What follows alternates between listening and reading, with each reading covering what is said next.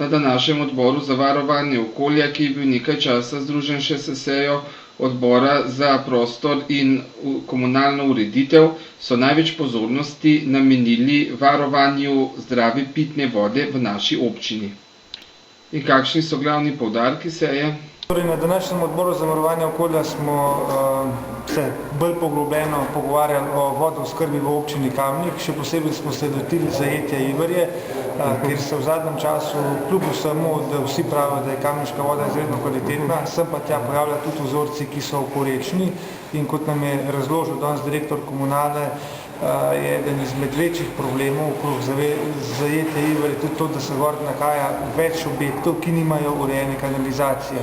In ena izmed prihodnjih nalog občine bo zagotovil ureditev tega omrežja ali pa vse ureditev kanalizacije okrog teh hiš, ki so nad zajetjem Iverje, da bomo imeli lahko v Kamniku v prihodnjih letih čisto in pa neopravično vodo. Boste zadovoljen z odgovori komunalnega podjetja glede zajetja Iverje in izpostavili ste tudi onesnaženje s fekalijami Kamniške Bistrice pri tržnici?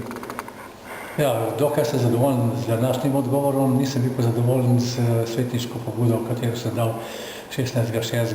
v letu 2010. Glede tržnice oziroma fekalne vode, ki se izteka iz kanalizacije na tržnici, pa ne more biti zadovoljen, ker se zadeva pojavlja tudi takrat, kadar je sušno obdobje, ne samo kadar je veliko padavin.